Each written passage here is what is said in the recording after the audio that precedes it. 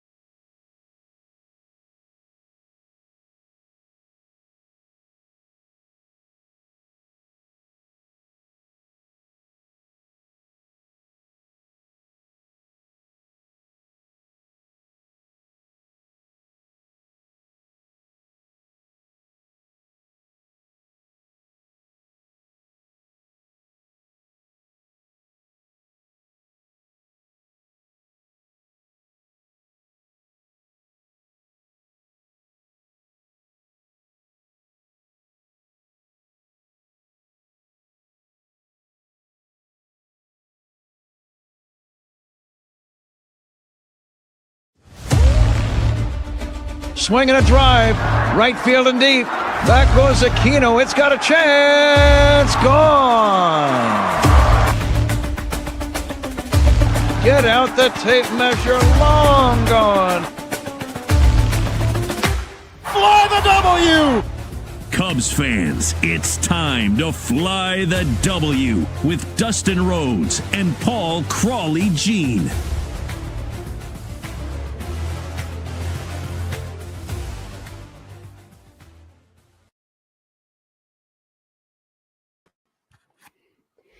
This is episode 25 of season number 4 of the Fly the W podcast. Crawly, the Cubs offense flounders against the Phillies. Don't forget to listen, download, subscribe.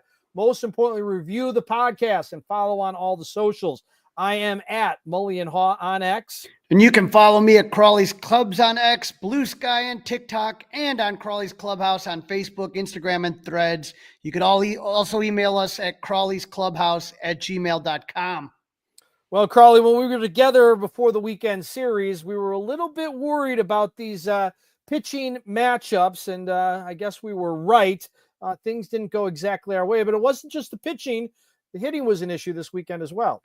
Yeah, I think we both said 2 out of 3. I think we knew the one game that worried us, and then the Sunday game was the one that you just worry. A guy like Aaron Nola that has just that track record against the Cubs, you knew he wasn't going to stay 0 for whatever he was. Correct. And unfortunately, it bit him at the wrong time. Yep, definitely bit him at the wrong time. Sunday night didn't go right. Saturday afternoon didn't go right. But, hey, let's start with game 1. That went right. Yep, Cubs win 4-0. This is exactly as kind of we called it, right? The Phillies came limping in on a 4-game losing streak after getting swept by the Mets. Game did not start on time. There's a 2-hour and 10-minute rain delay. I wonder if that affected Ray at all because he walked 2 batters, but he also struck out 2 batters before getting out of the first inning. So, you know what I mean? Kind of seemed like he was a little bit off. But after that, locked in. Pitched a 1-2-3 second inning, gave up a single in the third. He ran into trouble in the fourth after striking out Kyle Schwarber and Nick Castellanos to start the inning. Max Kepler hit a 2-out single, and JT Realmuto doubled to put runners at second and third. But then he got Alex Boehm to line out to end the threat.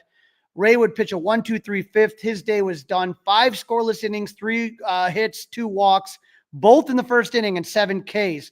Just another really good outing by Ray. Dustin, we were talking last time about how his pitch count had been going up, and I think the most pitches he threw was 69. This time he threw 92. Yeah. And So 23 more. He keeps building. He keeps getting better and better. He's settling into that Justin Steele open role. Kind of thought that we would want everybody else in the staff to take a step up. But right now, Colin is kind of sitting comfortably in that spot. Right, but the thing you got to worry about is you can't rely on that. I mean, statistically, you're going to regress to the means, right? And so you need some other guys to pick it up, and we'll talk about that. But small ball was really important on Friday. It's wet. It's 45 degrees. Dustin, the wind was blowing in 16 miles an hour at left field, but there was just some unbelievable wind gusts, and it just really. Boy, I don't know. I think was hard to play baseball in that weather. But the Cubs seemed like a great day to be at the ballpark. That's for sure. No, and the Cubs took advantage of the few opportunities they have. It didn't start out well. Cubs had the bases loaded in the bottom of the first, 1 out. Dansby Swanson strikes out. How many times is he has to make contact with 1 out and the bases loaded, right? It would be nice. I mean, it's just getting ridiculous. In the last week, he had 8 strikeouts to 20 walks in his last 20 plate appearances. So he's striking out nearly 50% of the time he comes up to the bat. That's your number 5 hitter. Yeah, that's not good. Second inning, Cubs do get on the board. PCA singles, steals second, and scores on a John Birdie double. His first Cub RBI. Congrats to John Birdie. Yeah, it was a little bit of a pickup game for him. Yeah. Bottom third, Seiya doubles. Bush draws a walk, so now Dansby's up. He bunts the ball back to the pitcher. Seiya's out at third. How much confidence do you think that Counsell has in Swanson right now to call for that bunt? Well, I think he's confident that he can lay the bunt down, right? I don't think that's a good thing, isn't it? Isn't it good? No, I don't think he has confidence that I think he doesn't have confidence that he'll make contact. And so they tried the bunt and it worked awful. Yeah. He basically to the pitcher who got the easy out at third. Yeah. He can't bunt. But I mean, his glove is unbelievable. But yeah, he started out. I thought his offense started out great, and it's gone all downhill since then. It's bad. And so luckily his double play partner, Nico, picks him up, hitting a single to score Bush to make it a 2-0 game in the bottom of the third. John Birdie would single and score on an Ian Happ double. Cubs take a 3-0 lead. Cubs would score one more run in the 7th. Dansby did something. He led off with a double. Nico grounded out to the right side to advance Dansby. That's what we're talking about there, right? The little things to get those runs in those hard, winter-like weather where you got Dansby at second. Right, in those conditions, you have to start baseball, right? Mm-hmm. Move them along, and then PCA lays down a bunt. And again, we've talked about PCA kind of freaking out defenders. There's a guy that can bunt. Right, and he freaks out defenders. It wasn't even that good of a bunt, but you got PCA running and Swanson running, and Hernandez rushed it, and he dropped the ball. I mean, I think he could have gotten the play at home. I don't think he was going to get PCA, but everyone was safe. So it's just that chaos that Pete creates and having the right guy with Dansby at third. With Rhea only going 5 innings, though, the Cubs would need 4 innings out of the pen, and they were able to do that without using any of their top relievers. So they went with the bullpen JV team. Caleb Thielbar pitched 1 inning. How do you feel about that, Crawly? Pitch better, and then you won't hear it. Caleb Thielbar pitched 1 inning, gave up 1 hit. Brad Keller, bumpy 7th, gave up a leadoff single and walked the next batter. But after a meeting with Tommy Hotovy, he retired the next 3 batters. Good meeting, Tommy. Tell him I said that. Drew Pomerantz made his Cub debut, giving up a walk, but striking out 2 batters. And I like seeing the youngster, Daniel Palencia, pitched a perfect inning with 1 K. I like that, Dustin, to give him a little taste of the 9th. He has the velocity to miss bats, which is what you want in a closer. It wasn't necessarily a safe situation, but it definitely wasn't like the game. It wasn't a blowout either, right? No, somewhere in the middle. So good to give him that experience. And so when we talk about the MVP and the versus the GOATs in the game, the Billy Goats, Ian Happ was 2 for 5 with an RBI. Seiya 2 for 5 with 2 doubles. PCA 1 for 3 with an RBI. John Birdie 2 for 4 with an RBI. His first multi-hit game with the Cubs. And then we talked about Colin Rhea pitching 5 scoreless inning.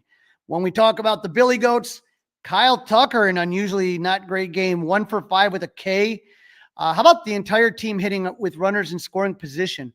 4 for 22 with 12 men left on base. Yeah, usually that'll bite you in the ass. In this game, it didn't.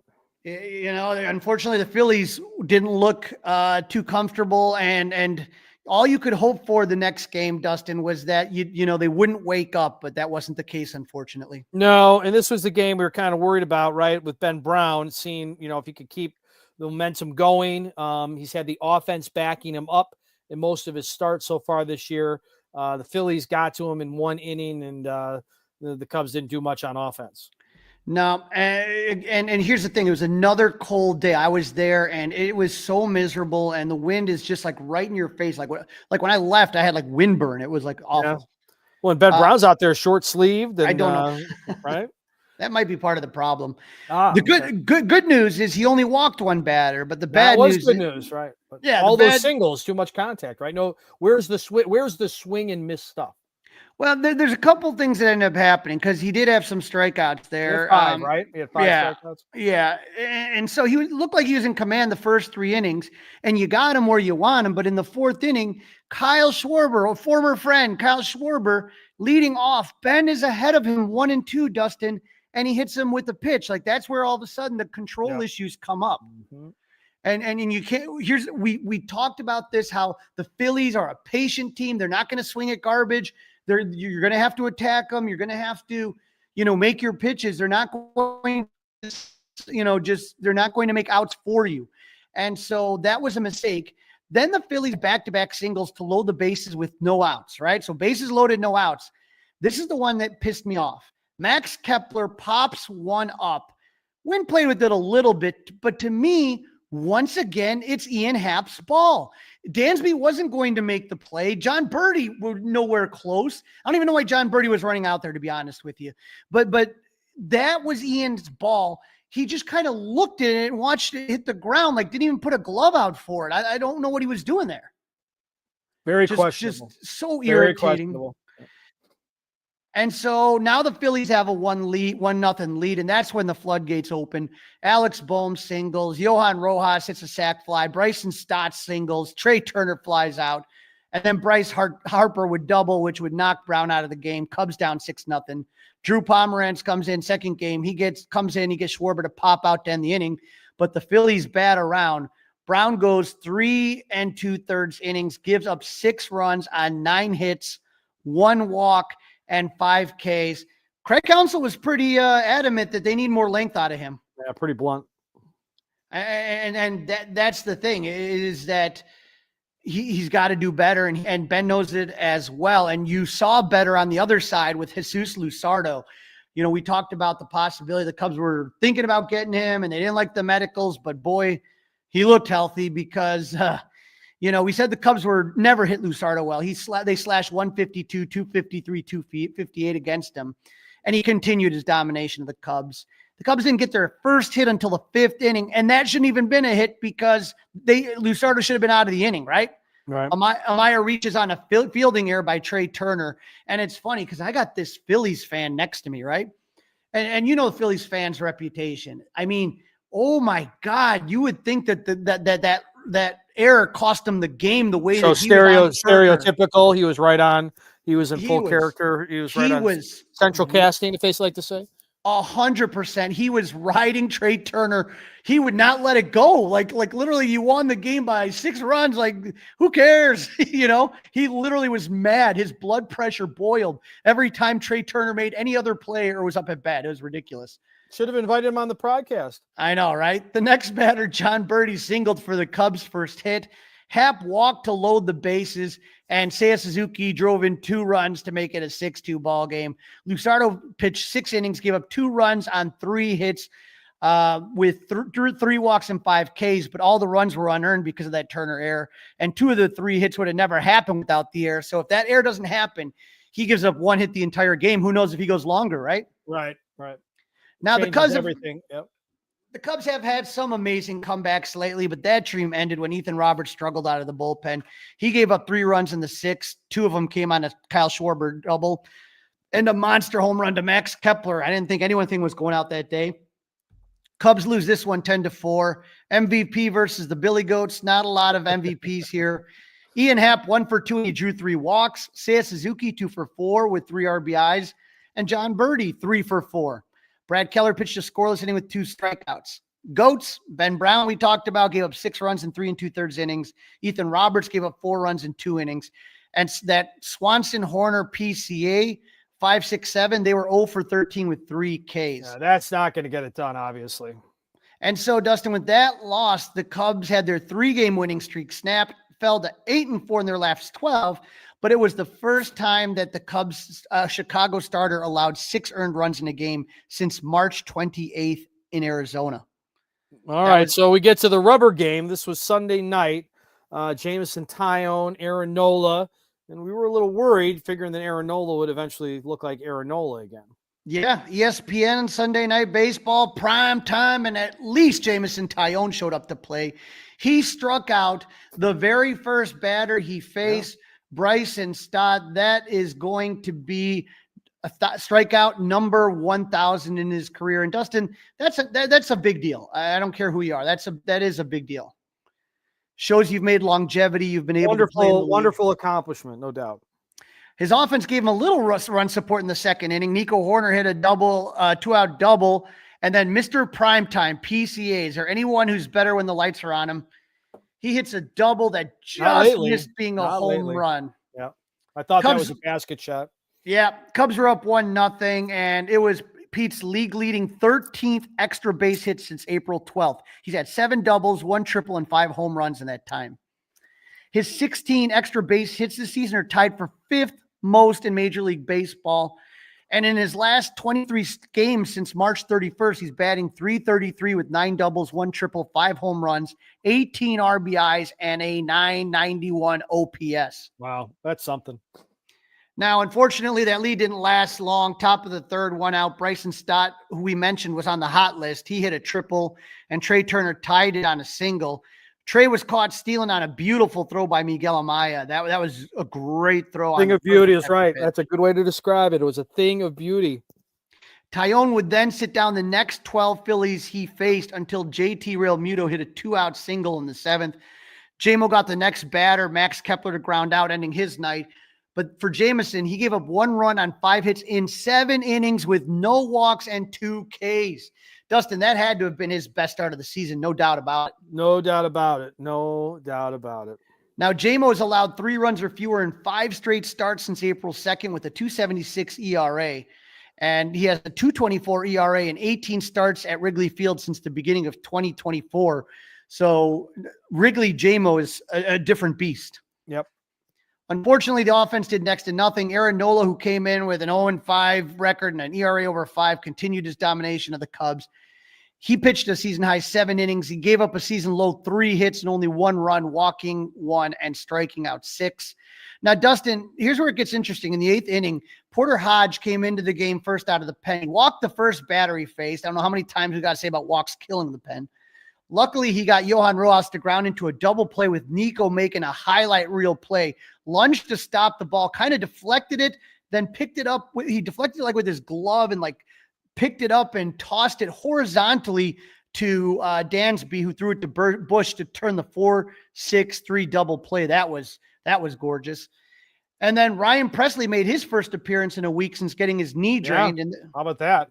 Little bit of rust. He got the first 2 outs without a problem, but then he looked like Ryan Presley. That's what he looked like.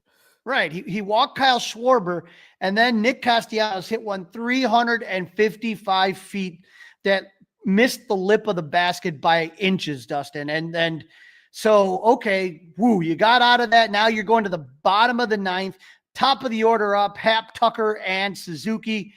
They do nothing. Julian Merriweather comes in top of the 10th. You got the Manfred man on. He walks back-to-back hitters to load the bases. Alex Bohm hits a sac fly to make it a 2-1 game. Now, okay, not the end of the world because the Cubs will get the Manfred man in the bottom, right? So a 1-run lead is not insurmountable in that situation. You already got the runner in scoring position when you come in. But the next batter, Johan Rojas, hits one to Michael Bush, who throws out JT Realmuto at the plate. So now you got 2 outs. You're still only down a run, but then Merriweather walks his 3rd batter to load the bases again. And then Trey Turner beats out an infield single to Vidal Brujan to make it a 3-1 game. For some reason, everyone freaks out at Vidal for not charging it. What do I you don't mean? know if he gets it anyway. Well, okay, let's hold on a minute. Hold on, because Fine. I'm here. one of those guys, Crawly. Yeah. I'm one of those guys. How about attack the ball? Okay. How Mhm. about let's just start there. Or how about this? Bases were loaded, right? Right. Bases were loaded. Why not run to third? You got to know who's in the batter's box. You Mhm. got to know that guy's busts his rear end down first base line every time.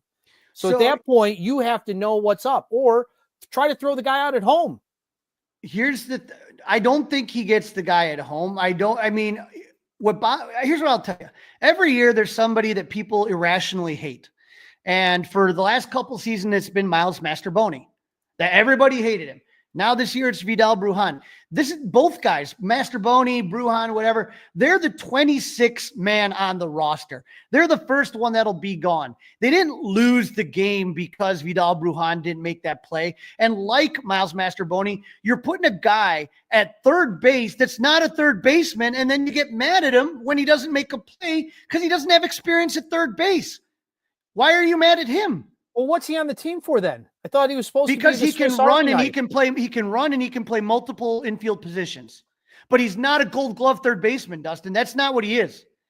You didn't get a third baseman. You relied on Matt Shaw and hoped that would work, and you prayed to the baseball gods on a kid that never played above AA, and it didn't work out. And now this is what you have because of that. So you want to blame Vidal Brujan? Go ahead. I would instead. I'd get mad at Jed Hoyer, because that is not what he's not a Gold Glove third baseman. I would say he's barely an average third baseman. So if you expect him in the 10th inning with everything going on like that to make a phenomenal play, which the throw to home would have made the phenomenal play, the throw to first would have been a phenomenal play, that's not going to happen. I'm sorry. And if you want to be, why wasn't anyone this mad at Ian Happ for not catching that ball, that pop fly? Why was anyone not as mad at that play? Why was everyone not as mad at Ian Happ? Well, I guess it's when it happens. I guess it's a good. I'm not saying it's a bad. Well, pull. it blew the inning open when that happened. When Ian Happ can't catch a damn pop fly. When you say it's irrational, Cub fans, I take offense to that. Oh, come on. If the shoe fits, Dustin, I'm just saying. I'm also like the president of the anti-Miles Mastrobuoni Club. What I'm telling you here is that you didn't lose this series because of Vidal Brujan. No, you lost because you couldn't hit with runners in scoring position. Totally accurate. And let me ask you a question here. Craig Counsell went out of his way to single him out. Good, single him out. Why'd you put him in there when you had John Birdie who had multi-hit games? Yeah, well, why did he get benched? Right? I mean, you had John Birdie who had multi-hit games on Friday, multi-hit game on Saturday, playing a solid third base. He is your best option at third base, and it sure the hell ain't Vidal Brujan. We talked about this with Justin Turner when he made the error against the Dodgers. Is that if you're talking about a very tight situation, why is he in the game, Vidal Brujan playing third in that situation? No, they figure they got to give him a day, right? But there's a difference between giving the guy a day. He had a day. We're talking in the 8th inning now. You can sit him down. He had a day. Well, you could have. You're saying at that point, what you're saying is that you could have subbed him out after 6 innings. Yep. When you it's a 1-1 ball game. I do not have Vidal Brujan playing third, and I don't have Justin Turner playing first. It ain't rocket science. Yep. Those guys can't do it. I don't disagree. You're probably right, but I'm saying when you're asking the question why the reaction happens when it happens, okay, I'm trying to give you an answer because it was at the end of the game, because the Cubs had life, because the Cubs lucked out that the Castellanos ball didn't reach the basket, right? I'm trying to answer your question. And what did they do in the bottom of the 10th when you're still only down 2 runs? 1, 2, 3. There you go. 1, 2, 3. Okay. Well, what was it? Jordan Romano came in. Right. As the title of this podcast says, the offense flounders against the Phillies, and that's a good title. So the title is not Brujan. Brujan blows it. Yeah, Brujan blows it. Brujan should have charged the ball. That's not the title. Okay, it's a 3-game series. It's not a 1-game series. But you're asking a question of why. Irrational Cub fans. I'm one of them. Why we get upset with things, and that's why, because it's the most recent thing to remember. If that's what you remember, that's fine. I remember a lot of bad offense, and I saw a lot of bad plays from other people. I just kind of feel like every time there's just one guy that fans seem to target. This year seems to be Brujan when he makes a great play and the other day with the Dodgers, he's stealing a base, right? Yeah, and he has the base stolen, but then he slides through. He also has like a little. That one he also was has, like, a blocked little- on. That should have been a blocked play. The fielder had it. The base completely blocked. He also has like a little smile on his face that I don't. God forbid he particularly care smiles. for. I don't. God particularly- forbid he smiles. Not when you make an error. Not when you Look, make an error, Crawly. It's Hey, this is a great question for the audience, okay? We're doing this thing live right now. So if anybody wants to respond to what Crawly and I are discussing, feel free to jump into our comment section. Also, we've got a new email address, right? crawlysclubhouse@gmail.com. crawlysclubhouse@gmail.com. All right, absolutely. moving on. Moving on, Crawly. Feel free to leave a 5-star review and feel free to agree with me. Also, email us. Don't forget, you can watch us on Crawly's Clubhouse on the YouTube page. So, Crawly, after dropping this series, while we're doing this on a Monday, the Cubs have a day off. How do things look in the standings? So if we take a look at the NL Central, the good news is the Cubs are still in first place at 17-12. And Dustin, again, they just got through the hardest portion of their schedule. We would have taken it any day of the week. It's just, you see some holes and it makes you nervous. The Reds are 15-13, Milwaukee 14-15, St. Louis at 12-16, Pittsburgh 11-18. Now, for me, Dustin, when I look at this thing, I'm telling you, if you remember last year, it was the bullpen that really started out bad, but the offense was pretty good, especially with runners in scoring position in April. They just floundered in May and June. I don't think that's going to happen because Kyle Tucker's on this team and guys are playing where they're supposed to play, like Ian Happ leading off. But, it's something we got to watch. But Dustin, I did have the power rankings ready to go. And so when we look at the power rankings right here, there's a couple of things to look at. And one of them is the fact that the Dodgers are no longer the number 1 ranked team. Do you have any idea who it might be? The Mets? So if we're looking at it right here, is it that the Mets? is correct. It is right? the Mets. Hey. You are correct. Let's see if I can get this guy up here and hopefully. So if we're talking about this one right here, you're looking at the Guardians moved up from 13 to 10. Rangers moved from 10 to 9. Mariners all the way up to number 8. Good week for the Mariners. Good week. From 14 to 8. Yankees are down 1 from 6 to 7. Giants are up 1 from 7 to 6. The Tigers were at 8. They are now at 5 at first place in the AL Central. The Padres were at 2. They dropped down to 4. Cubs are up to number 3. Number 3, previously 4. Dodgers moved to 2. And like you called it, Dustin, the Mets are number 1 in the power rankings. But good to see the Cubbies in the top 3, right? That's right. Now, a couple things here. I wanted to let our listeners know because I was pissed off the other day. I don't know if you could tell. There was a scoring change that screwed Shota Imanaga. Did you see this? I did not. You remember the Gage Workman, the game I went to on Tuesday? Gage Workman ends up sitting there, and there's a ball that he kind of olays. It's the leadoff batter was Shohei Ohtani, and Gage Workman olays it. It leads to a 3-run home run by that weasel, Tommy Edman. They changed it, Dustin. They changed it to a hit for Shohei Ohtani. So now those 3 runs that were unearned off of Shota Imanaga, those now count as earned, and they screw up his ERA. That stinks. So I am tired of MLB kissing the Dodgers and Shota Imanaga's ass. And there is absolutely no reason. That ball was clearly an error. I need someone from MLB to explain to me how you say almost like 4 days later that that's a hit. If that's the case, especially 4 days later, right? Come on. If that's 4 days later, what's the point? If that's the case, Dustin, then I want Kerry Wood to have a no-hitter. I want that error charged to Kevin Ory from 1998. That's crap. So if MLB wants to do that to Shota Imanaga, then give Kerry Wood the no-hitter, charge the error to Kevin Ory. That's all I got to say about that. I do want to give kudos to the Chicago Cubs. I was at the game Saturday. This is the Clark bobblehead. Take a look at this beauty. I am telling you, Dustin, this is probably the hottest bobblehead that the Cubs have released since the final out bobblehead. It is heavy as hell. The detail, this is the exact way that the scoreboard looked that day, the original scoreboard. Those were the actual games. That's not just like teams that they put on there. They got the 120 start, so the game was obviously flexed by Fox there. And then he's kind of climbing up the back of the scoreboard. He's got his jersey number. Absolutely an amazing. Pretty sweet. Amazing. Pretty sweet. Probably one of my easily top 5 bobbleheads that the Cubs ever released. Wow, that's saying something. Yes, sir. Speaking of bobbleheads, I went down to South Bend on Sunday. I did go to South Bend to see the South Bend Cubs and all our friends over there. And I got to see a lot of different friends. My friend David Elliott, you can rent the owner's suite there. So we had Andrew Berlin's suite. And so Scout's Eye View, a good friend and listener to the podcast, was there with his wife and his daughter and his lovely granddaughter, Presley. And it was just a great time. I got this. There's a new bobblehead in South Bend, Ivy. So that was a really cool bobblehead.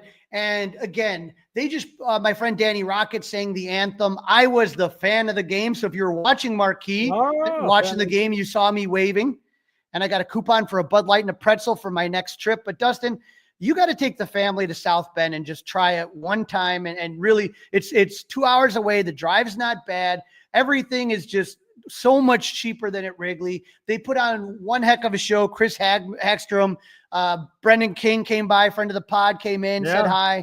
We just had such a fun time. Jefferson Rojas is down there. Christian Hernandez is down there. Those are 2 of the Cubs' best prospects, and they got some good pitching prospects as well. But, you know, it's just a short drive. It's a lot of fun. They're working on construction right now, so they're building a second tier to the stadium. And they're building up a new restaurant kind of complex, like a 2-3 story complex. So there's a lot going on to South Bend. So anyone that hasn't had a chance to go to it, I recommend going this year. As always, I love those guys down there. Always a blast. Very, very cool. All right, so we got to get into some roster happenings, correct? Yes, sir. I talked about Ethan Roberts struggling on Saturday. And when when they did that, they did make a move. Tom Cosgrove, who they got off the waiver wires from from the Padres, is up, and Ethan Roberts is down. And so, take a look here. Scout's Eye View is watching. He's commented, always great having you at South Bend. Great family. It was so much fun seeing those guys. But Ethan Roberts, hopefully he can come back, but we'll see. This is another lefty, Dustin, Tom Cosgrove. So the Cubs got him for cash after San Diego DFA'd him. Speaking of cash, the White Sox claimed Gage Workman. We talked about him earlier. They worked out a trade with the Cubs for cash considerations. But, Council talked about it. You're just, when you're a postseason team, you can't have an everyday guy sitting on the bench doing nothing. It's not going to work for the season. And so it's going to work on the White Sox because you can start them whenever. It doesn't matter. You know what I mean? Every game doesn't matter like it does for the Cubs. The White Sox know they're not going to the postseason. So you can play Gage Workman every third day, and who cares? Right. Doesn't matter. He can learn on the job. Not a big deal. He could be a big asset for that team. He could. He's a really good player. The Cubs saw what they saw in him. They wanted to keep him. It's just the Cubs got off to a way better start than they thought. And Gage just didn't do well with the glove. I don't know if it was rusty or not. If he could have been a good fielder, they would have kept him. And he just had too many errors. Ryan Brazier, he has that left groin strain. He threw off the mound on April 26. And so live BP is next. Tyson Miller, this is the one I'm watching, Dustin. He's expected to return sometime in April, May. He threw 1 scoreless inning on April 23rd. That was in his 3rd rehab outing for the Cubs. But he can, who knows? He's going to start doing back-to-backs and stuff like that. That's going to be exciting. And then finally, Javier Assad is that oblique's not getting right. Nope. And so at the earliest, Dustin, June. So he's not coming back in May. At the earliest, we're talking June. And here's the thing. In the meantime, they got to try to get Wicks right then. You need guys to give you length, and that's the problem. Is Ben Brown can't go 3-4 innings. You can't blame Colin Ray. He wasn't stretched out, but he's given you 5 innings. To ask a bullpen to go 4 innings, that's very taxing. And it's a problem, and eventually it's going to hurt the bullpen. And that's why maybe, you and I both talked about it, where we were kind of surprised, like, oh, Council's left a guy in a little longer than we thought. He's trying to give the bullpen a breather. Right. These guys, and that's where J-Mo going 7 before an off day was so huge and hopefully, like I said, they have a couple, off days more because of the Tokyo trip, but they got to get some depth out of some of these guys. Colin Ray, I don't blame him, but you can't have Ben Brown going 4 or 5 innings, 3 innings. That's not going to cut it. He's got to go 6, 7 innings. You're listening to the Fly the W podcast. Don't forget to download, review, subscribe, leave a 5-star review, email us, Crawly's Clubhouse, gmail.com. And don't forget, you can watch us on Crawly's Clubhouse YouTube page. All right. Day off on Monday, tomorrow in Pittsburgh. It's a 5:05 pregame over on the Score, Pat, Ron, and Zach. And finally getting into some divisional action. How much do you love these East Coast starts, Dustin? Love a 5:35 first pitch. Now, the Pirates finished in the basement last year with a record of 76 and 86, but they seemed to do well against the Cubs last season. For a team that finished 10 games under 500, they were 6 and 7 against the Cubs. So what did they do this offseason to try and climb out the cellar?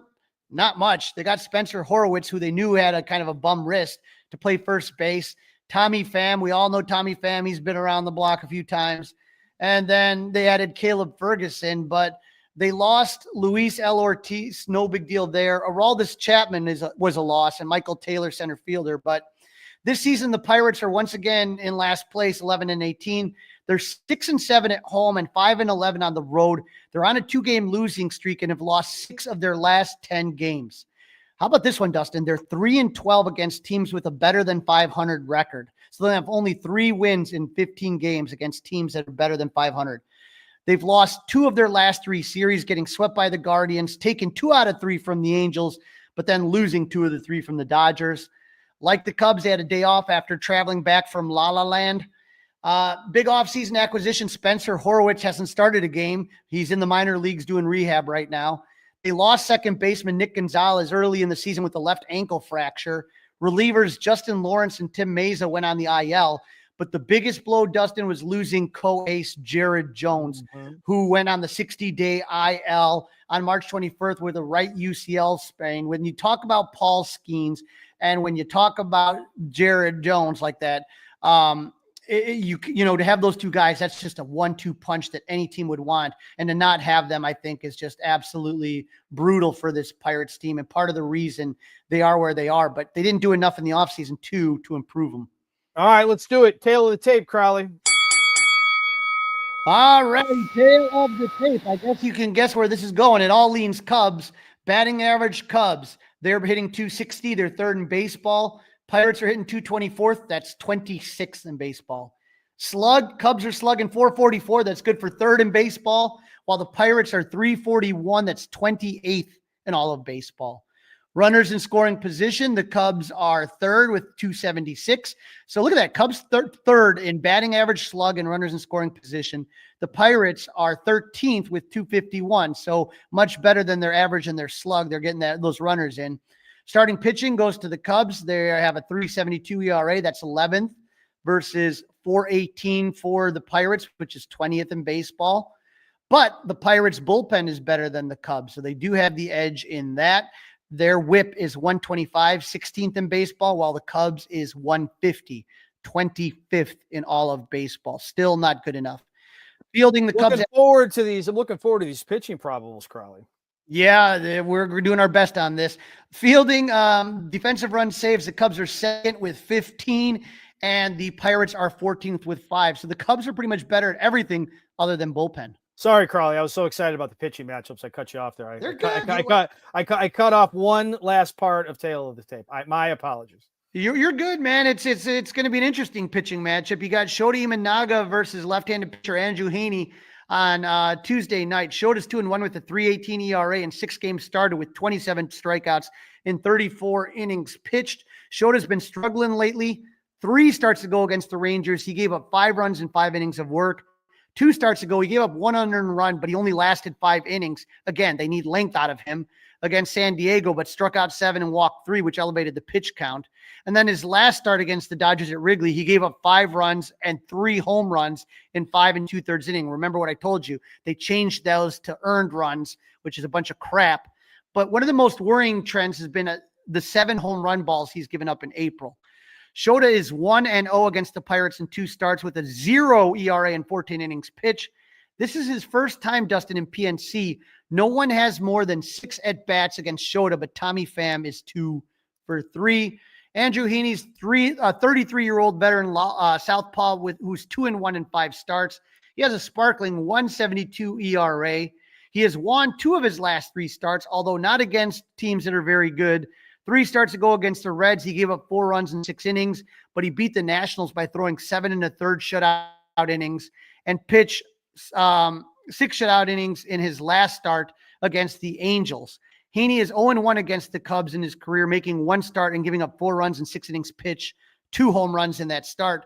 Most of the Cubs have not seen him or have 2 or less at-bats against him. Justin Turner's seen him. He's 5 for 19. Get this, though, Dustin. Kyle Tucker is 1 for 13 against Heaney.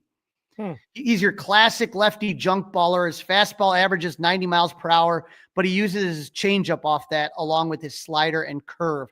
But he's not a guy that's going to really throw some heat. Game 2, we got Matt Boyd versus Carmen Mlodzinski. Matt Boyd is 2 for 2 with a 2.54 ERA in 5 games started with 24 strikeouts and 28 1/3 innings for the Cubs. 3 starts ago, he gave up 3 runs in 6 innings against the Dodgers because of that weasel Tommy Edman. 2 starts ago, he gave up 2 runs in 5 1/3 innings against the Padres, but took the loss. But he won his last start, giving up 3 runs in 6 innings against the Dodgers. This start is not the first time this start right here for Matt Boyd is the first time he's not facing the Dodgers or Padres since his start on March 30th against Arizona. Yeah. Since March 30th, he's faced nobody but the Dodgers or the Padres. Matt doesn't have much success lifetime against the Pirates. He's 0 for 3 with a 7.11 ERA and 5 career starts. Most of the Pirates, though, don't have many at-bats against him, but Andrew McCutchen is 3 for 8, and Isaiah Kiner-Falefa is 2 for 7 against Matt. Carmen Mlodzinski is a 26-year-old righty who's been in the league for about 3 seasons, including this one, so 2 seasons prior to 2025, but mainly as a reliever. But because of injuries, he's been moved into the rotation like Colin Rea. He's 1-3 with a 6.95 ERA and 5 games started with 18 strikeouts and 22 innings. He has not thrown more than 5 innings in any of his starts. And in April, he's given up 13 runs in 18 1/3 innings. He gave up 4 runs in 4 1/3 against the Reds 3 starts ago, 5 runs in 4 innings against the Guardians 2 starts ago. Hey, but he only gave up 3 runs in 5 innings against the Angel. He's appeared in 5 games lifetime against the Cubs, all from the pen with the 2.45 ERA, giving up 2 runs in 7 1/3 innings. None of the Cubs have more than 2 at-bats against him. He throws a 95-mile-per-hour fastball, a slider, a sweeper, and a sinker. Game 3, Dustin, Colin Rea against Paul Skeens. Rea has breakfast game. This is like an 11:35 first pitch. Brunch, right? Colin Rea has been a godsend for the Cubs. He's 1-0 with a 9.96 ERA in 6 games, 3 of them starts. He made his first start 3 starts ago against the Dodgers. He went 3 2/3 innings. 2 starts ago, he gave up 1 run and 4 2/3 innings against the Diamondbacks. And he got the win last start on Friday against the Phillies, pitching 5 scoreless innings. So constantly trying to stretch him out and seeing how many innings he can get out of him. He's 2-3 lifetime against the Pirates with a 6.52 ERA in 7 games. 5 of them starts. Most of the Pirates have not faced Rea, but Andrew McCutchen is 2 for 9, Tommy Pham 0 for 6, and Jared Triolo 2 for 11. But Colin has to be on the lookout for Brian Reynolds, who is 7 for 12 against them. And Dustin, what can we say about the phenom Paul Skeens? He is 3-2 though, with a 2.39 ERA in 6 games started. But he's had just like a couple blips that have made him look human and thrown off that ERA. But in his last 3 starts against Washington, he went 6 innings, gave up 1 run. Against Cleveland, he went 7 innings and gave up 2 runs. And against the Dodgers team, he pitched 6 1/3 scoreless innings. This is never going to be easy, and he seems to have Cubs' number. But I'm actually glad they're facing him. Gotta talk to do other people. You gotta beat these tough guys, right? These are playoff type pitchers. That's who you're going to face in the postseason. Right. And he's 2-0 against them with a 2.25 ERA in 4 games started. He made his debut against them, if you remember. And if you take a look at Paul Skeens, nobody really hits him well. Ian Happ is 1 for 9, PCA 2 for 6, Seiya Suzuki 2 for 9. Nobody has more than 2 hits against him. So this is going to be a struggle. All right, hot and not time. We got to pick up the pace here, my friend. All righty. When we're talking about hot versus not, we have 4 hot for the Cubs. We got PCA is obviously hot. He's slashing 421, 421, 842. Miguel Amaya, 4 for his last 11, slashing 364, 417, and 636. And Ian Happ, 7 for his last 21, 333, 440, 476. On the not list, Dansby's getting a little bit better, 4 for his last 20, but still too many strikeouts. He's batting 200, 273, 360. But really cold is Michael Busch. He is 1 for his last 12, but he has 5 walks to 5 strikeouts, so at least he's getting on base. But he's slashing .083, .353, .167. For the Buccos, be on the lookout for Adam Frazier, 7 for his last 17, slashing 412, 545, 412. Old man, Andrew McCutchen, 9 for his last 24. He's batting 375, 444, 667 in the last week. And O'Neal Cruz, scary, 9 for his last 27 with a double, 3 home runs, 5 RBIs, 2 stolen bases, slashing 333, 400, 704. In the last week. Walk that guy.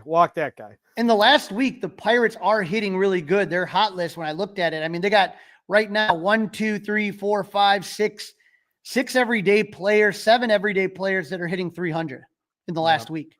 So who don't we have to worry about? Don't have to worry about Brian Reynolds, 5 for his last 25, slashing 200, 250, 200. Their first baseman, Emmanuel Valdez, is 2 for his last 16, 188, 276, 375. And Dustin, I looked this up just because I knew you were concerned. Jack Sawinski is in the minors. So yeah, he's not. He was so he won't be here, huh? He was hitting a home run, it seemed like every time, 1 home run per series. All right, I guess it's time to give a prediction on this one, Crawly. We Cubs haven't won a series, so we've got to get back on track. So I got the Cubs taking 2 of 3. I like game 1, Shota Imanaga. I like against Andrew Haney. I like game 2, Matt Boyd versus Carmen Mlodzinski. I do not like Colin Ray versus Paul Skeens. I just think it's going to be a low-scoring game. Cubs can't hit Skeens. The only thing you can pray is that their patient approach works and you can get them out maybe in the work some walks, right? Run up the pitch count a little bit. I agree. I'm with you. I'm with you 100%. I think the Cubs take 2 out of 3. They've gotten through the hard part of the schedule. Now it's time to put the foot on the proverbial throat of the divisional opponent. Absolutely. No let up, pedal to the metal. I want to see what the Cubs do against these bad teams, because we've had many, many seasons where you're like, oh, they're beating the good teams. But no, I want to see them beat the bejesus out of the bad teams. Go Cubs.